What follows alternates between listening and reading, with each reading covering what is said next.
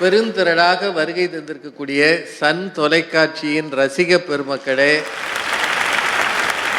உங்கள் அத்தனை பேருக்கும் அன்பான வணக்கமும் பொங்கல் திருநாள் நல்வாழ்த்துகளும். அந்த அணி ரொம்பவும் வேகமாக விவேகமாக பேசியதாக நினைத்து அமர்ந்திருக்கிறார்கள். இப்போ பேசின ரேவதி சுப்புலட்சுமி அவர்கள், நம்ம வீடுகளில் பெண்கள் தூங்குவதில்லைன்னாங்க. ஆமாங்க, நம்ம வீடுகளில் பெண்கள் தூங்குறதே இல்லை. எல்லாரும் நைட் வாட்ச்மேன் தான். இந்த அம்மா சொல்றாங்க, நீங்களும் ஆமான்னு கேட்டுட்டு இருக்கீங்க. ரிட்டையர் ஆன பிறகும் நைட் வாட்ச்மேனா இருந்து குடும்பத்துக்காக சம்பாதிப்பவன் கணவன். தயவு செய்து மறந்துடாதீங்க. ஆண்கள் பார்க்கறது இல்லையா? எங்கேயாவது பெண்களை நைட் வாட்ச்மேனா பார்த்துருக்கேன்? நைட் வாட்ச் உமன் இருக்கா? பெண்கள் நிம்மதியாக தூங்குவாங்க வீட்டில். அவள் வீட்டுக்காரர் எங்கேயோ ஒரு அப்பார்ட்மெண்ட்டில் வாட்ச்மேனாக உட்காந்துருப்பார். அதனால் தான் அந்த சம்பாத்தியத்தில் வாழ்கிறார். எதுவும் பகவான் சம்பாதிக்கிறான். பிரக்யானந்தாவுடைய அம்மா தான் அவ்வளவுக்கும் காரணம். அதில் பாதி உண்மை இருக்கு. அவங்க அப்பா ஒரு கோஆபரேட்டிவ் பேங்க்ல மேனேஜராக இருக்கிறாரு. அவர் சம்பாதிக்கவே இல்லையா? என்ன பேசுறீங்க நீங்க? அவங்க சம்பாதிச்ச காசை வச்சுட்டு இவங்க பஸ் ஏறி போனாங்க. எதை சொல்றது? இதுல இவங்க வீட்டில் பொங்க வச்சிருக்காங்க, நீங்க நல்லா கவனிங்க. இவங்க போயிட்டாங்கன்னா அவங்க வீட்டுக்காரருக்கு வந்து அந்த செல்லோட போய் உள்ள போட்டாராம். அது ஆண்கள் கணவன்மார் எல்லாம் பைத்தியக்காரங்கன்னு அந்த அம்மா பேசியிருக்கு. நீங்களும் கேட்டுக்கிட்டு சும்மா இருக்கீங்க. பொய் சொன்னாலும் பொருந்துறாப்புல சொல்லுங்கம்மா. அதில் அவன் சாஃப்ட்வேர்னா செடியில் இருக்கிற வேறாம், ஹார்ட்வேர்னா மரத்தில் இருக்கிற வேறாம். இவங்க பிஹெச்டி படிச்சிருக்காங்க. அதனால உலகத்தில் இருக்கிற எல்லாரும் விவரம் இல்லாதவன்னு ஒரு நம்பிக்கை. பெண்கள் சூரியன். சார் எனக்கு தெரியும், ஐயாட்டே கேட்போம், பெண்களை சூரியன்னு சொல்லலாமா? முதல்ல சொல்லக்கூடாது, அவங்கள நிலவுன்னு தான் சொல்லுவாங்க. இவங்க பெண்கள் சூரியன். சன்னுக்கு ஏது சண்டே? சண்டேயில் ஏது சமையல்? ஒரு வீட்டில் சண்டேயில் சோறாக்குறீங்களா ஐயா? அவ்வளவு கிளம்பி மொத்தமாக ஹோட்டலில் போய் தின்னுவிட்டு கரண்டியை நீங்கள் விட்டறிஞ்சு ரொம்ப நாள் ஆச்சுமா. அப்புறம் வெளிநாடுகளில் போய் வேலை செய்கிறார்களே, எந்த நம்பிக்கையில் வேலை செய்கிறார்கள்? மனைவி பத்திரமாக குடும்ப பணியை பார்ப்பதால் தான். அவன் மட்டும் ஒரு மாதம் பணம் அனுப்பலைன்னு வைங்க. அந்தம்மா அந்த முன்னாடி வந்தாங்களே, அவங்க சொல்றாங்க, இந்த நீங்க இந்த படத்தை பாருங்க. நடுவில் ஒரு அம்மா தலை சுமையா வச்சுட்டு போகுது. அது என்னவா? கணவனுக்கு சோறாம். அவன் மனுஷனா இல்லை குண்டோதரன் ஐயா. அது ஏதோ ஒன்று நெல்லோ அரிசியோ கொண்டு போகுதுங்க. அவ்வளவு பெரிய கூட வீட்டில் இருக்கிறவனுக்கு சாப்பாடாம். அவன் சாப்பிட்ட வயக்காட்டிலே படுத்துங்கிடுவான். எது என்ன இருக்குன்னு கூட தெரியாம ஒரு அம்மா பேசுது. அதுல டிஃபன் கேரியரா இருக்கு. ஏன் இவ்வளவு பெரிய இடத்துல இப்படி பொய்யம்ப பேசுறீங்களம்மா? நீங்களாம் எப்படிமா வீட்டில்? கவிதா ஜவஹர் நிறைய சொல்லியிருக்காங்க, பெண்கள் அலாம் வைப்பதே இல்லை, அவர்கள் மனதுக்குள்ளே, மனைவியின் மனதுக்குள்ளே அலாரம் இருக்கிறதா. அலாம் மட்டுமா இருக்கு, சில மனைவிகள் மனசுக்குள்ளே வெடிகுண்டே இருக்கு. அவ எப்ப வெடிப்பான்னு மட்டும்தான் தெரியாது. அவ வெடிச்சான்னு வைங்க, அவ்வளவுதான். எந்நேரமும் ரெடியா திரிய பொருத்தி வச்சிருப்பான். அதுல பக்கத்து வீட்டு மனைவி வேற வந்து இதை கொளுத்தி விட்டு போயிடுவா.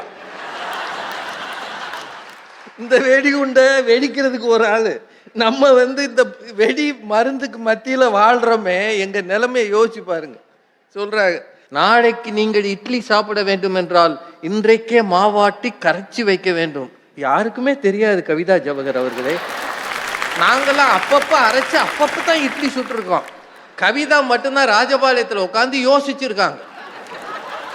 இதெல்லாம் சாதாரணமாக செய்கிற விஷயத்தெல்லாம் இங்கே வந்து பெருசாக பலூன் ஊதுற மாதிரி ஊதிருக்கீங்க. சொன்னதுல எனக்கு பயங்கர ஆச்சரியம் என்ன தெரியுமா? மனைவி தான் போதி மரம். ஆமையா, அதனால தான் பல பேர் கல்யாணம் ஆன பிறகு சன்னியாசி ஆயிடுறான். இந்த போதி மரத்துக்கு அடியில் உட்காந்து இது போதனையெல்லாம் கேட்டு கேட்டு பைத்தியம் பிடிச்சி சன்னியாசி ஆகிறான். ஏமா இப்படி ஆயிட்டீங்க?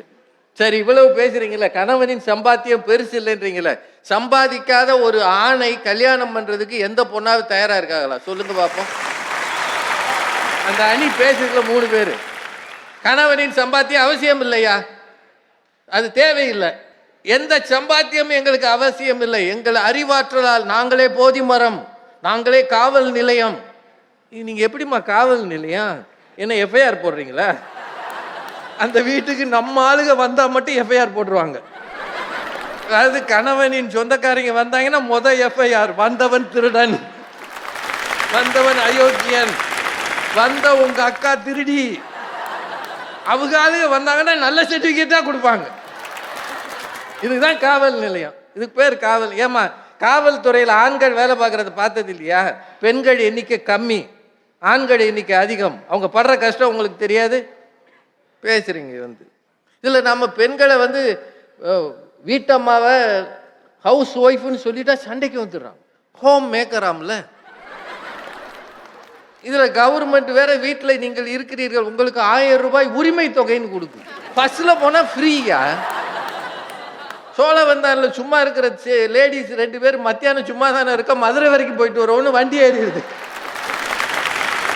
இவ்வளவு ஏற்பாடுகளும் நடந்துகிட்டு இருக்கு. மனைவி வீட்டின் பணிகளாம். மனைவி என்னம்மா பணி பண்றீங்க?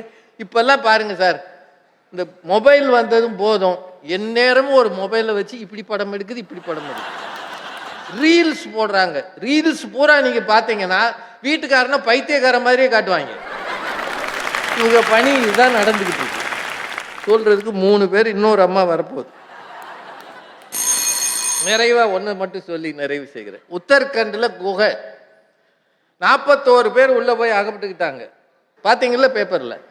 41 பேர்னா இவ்வளவு உயிரை பணயம் வைத்து சம்பாதிக்கிற சம்பாத்தியம் கணவன்மார்கள் அங்கே போய் சம்பாதித்ததை தவிர அந்த 41 பேர்ல யாரும் கிடையாது பெண்கள். பார்த்தீங்களா இல்லையா?